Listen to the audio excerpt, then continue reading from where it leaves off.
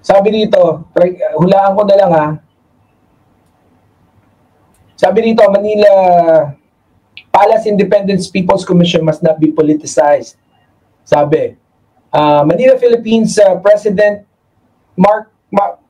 Marcos Jr. wants to ensure that the proposed Independence People's Commission or IPC will not be weaponized for the political purpose of duplicate of functions of the Office of the Ombudsman. Palace Press Officer Claire Castro said on Wednesday. Kasi ang sabi dito na una ni PBBM, parang redundant na nga sana kasi, no? Doon sa Ombudsman ngayon, pag sinalang, parang ang gustong palabasin, baka gamitin pa, no? Na, unconstitution yan. Si PBBM ba magiging mali? Di ba pagkain ano? Kaya nga sana these remarks came from Marcos after Marcos directed Congress on Tuesday to prioritize the passage of Independent People Commissions Act and 3 other bills following Legislative Executive Development Advisory Council meeting at Malacanang.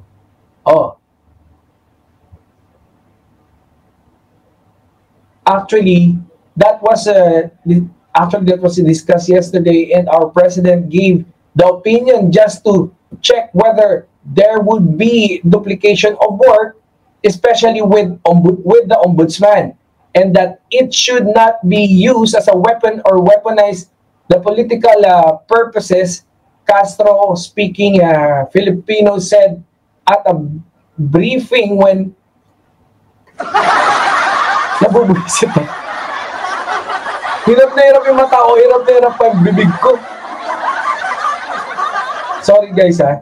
And that it should not be used as weapon or weaponized for a political purpose. Castro, speaking Filipino, said that at a briefing when asked for the possibility overlapping functions between the IPC and the Ombudsman. And that it is our view that our lawmakers should carefully study it to ensure there is no duplication of work or overlapping or jurisdiction between the IPC and the Ombudsman. He also said, meanwhile, Castro noted that Marcos continues to trust the work of the Independent Commissions of Infrastructure o yung ICI. The Independent People's Commissions Act seeks to establish the IPC as a stronger body than the existing ICI. The IPC will investigate alleged anomalies of the government infrastructure projects and other related sectors. Yun nga yung kagandahan nito kasi pag isinabatas to, hindi na to kahit magbago ng presidente, mahihirapan sila bago kailangan ulit nilang ipa-approve yung batas, kailangan nila ulit gumawa ng batas, no, para i-abolish yung IPC na yan.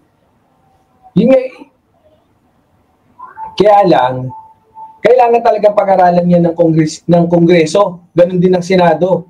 No? Kasi kung yan ay magiging redundant, no? Dahil nga halos kasi kaparehas ng powers ng matagal na pinag-uusap-usapan yan no? Na posibleng maging maging kasing katrabaho, no, kaparehas ng kapangyarihan, syempre, pangit naman. Grabe, hindi ako puro na lang ako reklamo. Buisit talaga. Pasensya na guys ha. I really wanted to, yung live stream natin to be smooth as possible, pero yung katawang lupa natin ayaw, anak ng teteng!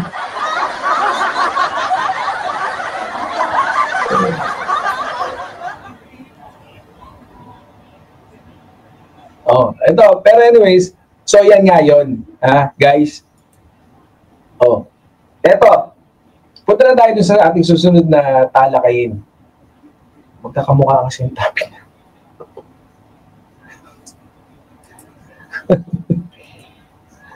Eto, pakinggan natin to Ilang tulo na tayo? Wala, bulag si... Hindi ko kayo mag-monitor, hindi ko rin kayo mabatayan. Anyways, bago tayo mag-proceed dun sa susunod nating topic, welcome kayo dito sa Birahan PH. At syempre, anong oras? I'm so helpless. Welcome dun sa mga bagong dating. Nakita ko dyan si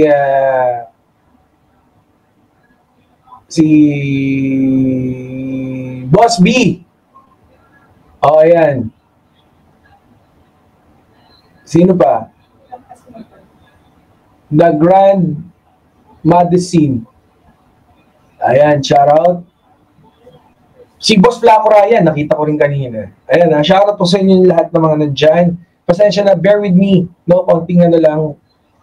Samahan nyo ako kasi medyo hindi talaga ako makabasa, no? Not because may salamin tayo, kundi doble yung ano doble yung paningin natin. Anyways, ito, video naman ito yung susunod natin. Pasok na. Ano na natin ito, susunod natin talakayan. Issue ng show cause order ang Senate President on the continuing absence of Senator Bato? Siguro ang precedence na kino-compare nila dito. Ito, hinahanap ka na kasi Bato, lang yakap.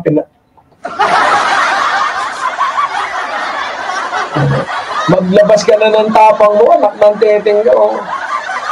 Dating PNP chief, dating pinakasiga sa Davao, pinakasigang pulis sa Davao.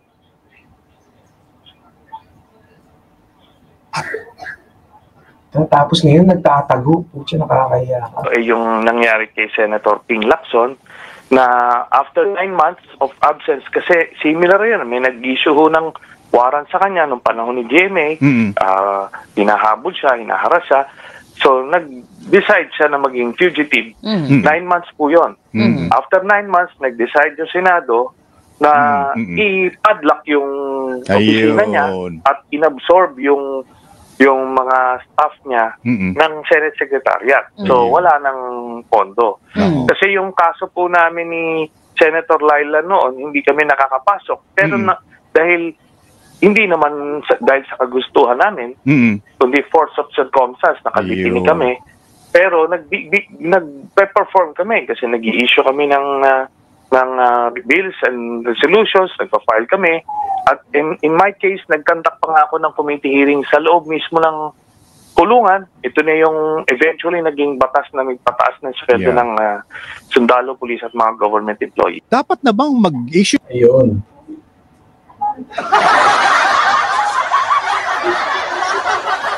So,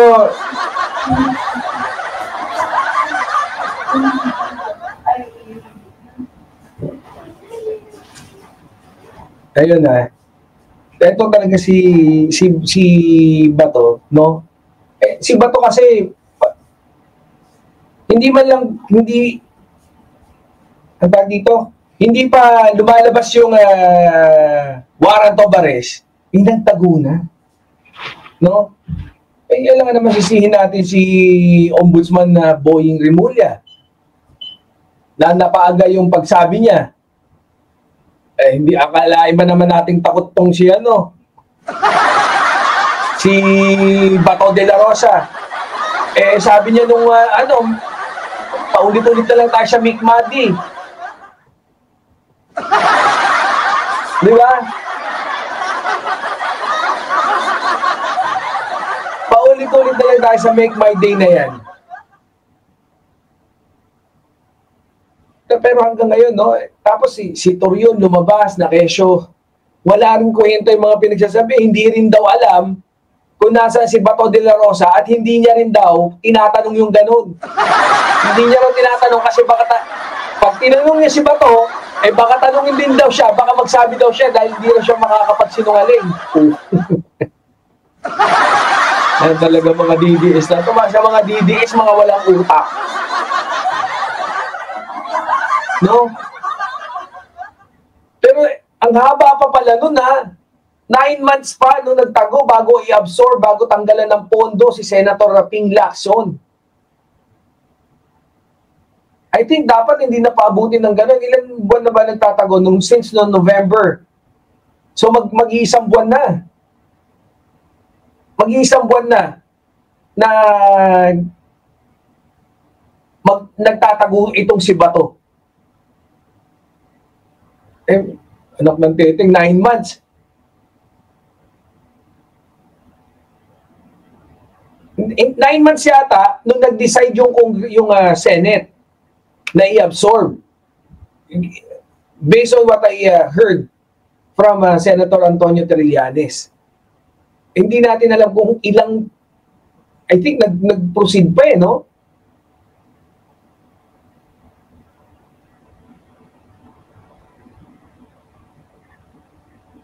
Sabi, ito raw, nakita daw sa sa Pampanga. Sino bang posibleng pumuprotekta?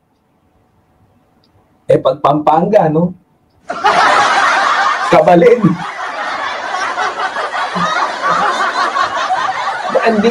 Hindi ko rin hindi ko maisip kung si Gloria. I think she's too old for this, no? Para to still be involved. Matanda na si Congressman Gloria. Masyado na siya, maraming kapangyarihan ng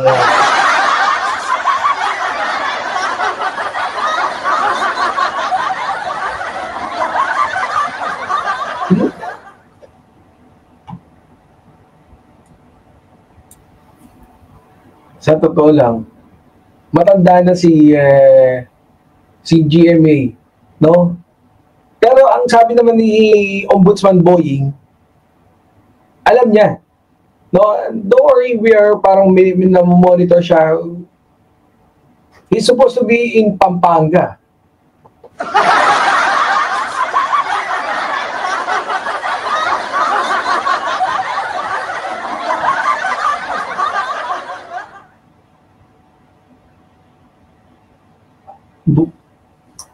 Wait nga lang. Parang binig.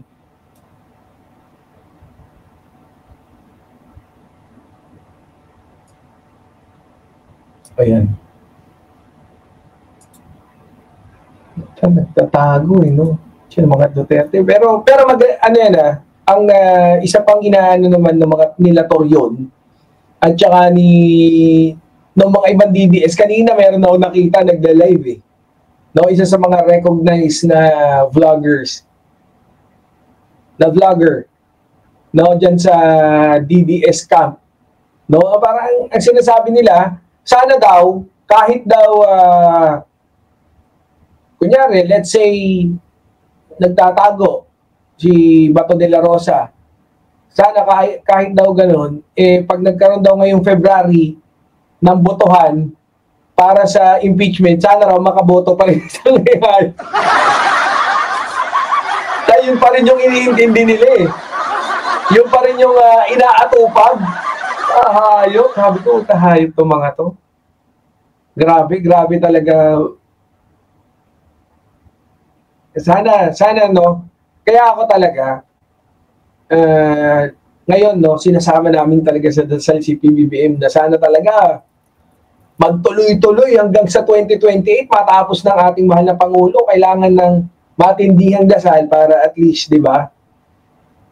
Kahit naguguluhan na yung mga anak ko, Daddy, who's that PBBM? Kasi mga 4 tsaka 5, di ba? Medyo naguguluhan. Sabi, who's that?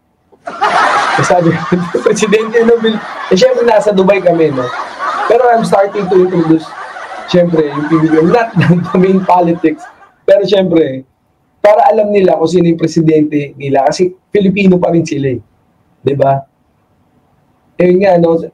Kasi ako talaga, naniniwala ako na napakaganda na ginagawa ng ating mahal na Pangulo. Although, talagang tiis, tiis pogi ka na lang. Dun sa kanilang sa mga marami pa rin kumakastigo. Kahit ginagaling yan ni PBBM, no? Ano pa rin, tiis ka na lang, kagaya niyan. Okay, nagiging okay na sa atin si Congressman Laila de Lima, si Jokno, natatsaga na natin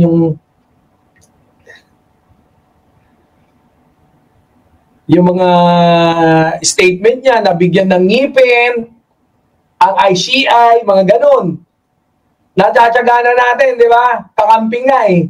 Pero talagang disappointed pa rin daw sila. Medyo nakakabuisit lang. Pero, anyways, lilipas din yan. Hindi naman natin isang tabi na magiging magkakampi tayo sa 2028. Alam nyo kung bakit? Hindi na lang, kahit tayo na lang maging talinuhan na lang natin. No? Tayo yung, kung talagang pang-riot pa rin sila, gusto nila makipagbardagulan sa atin, tayo na lang yung mas, let's be, the bigger man.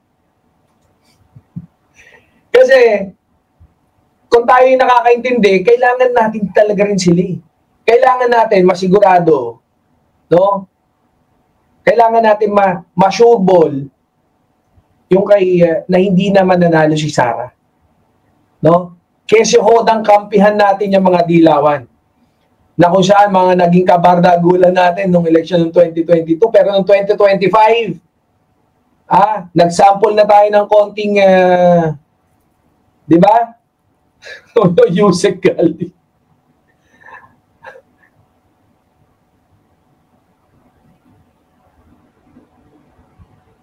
Kilala kita. So, yun. Di ba? Kaya, tayo na lang yung mag-sakripisyo. No? Pagbigyan lang din natin, dahil konting ano lang din naman yun eh. Konting kembot lang naman, no? Maisushoot na natin sa bangaya mga yan. Kaya, relax lang, no? Yung mga PBBM at mga admin supporters. No? Lalo na yung mga loyalista, tatawagan ko kayo, malapit na.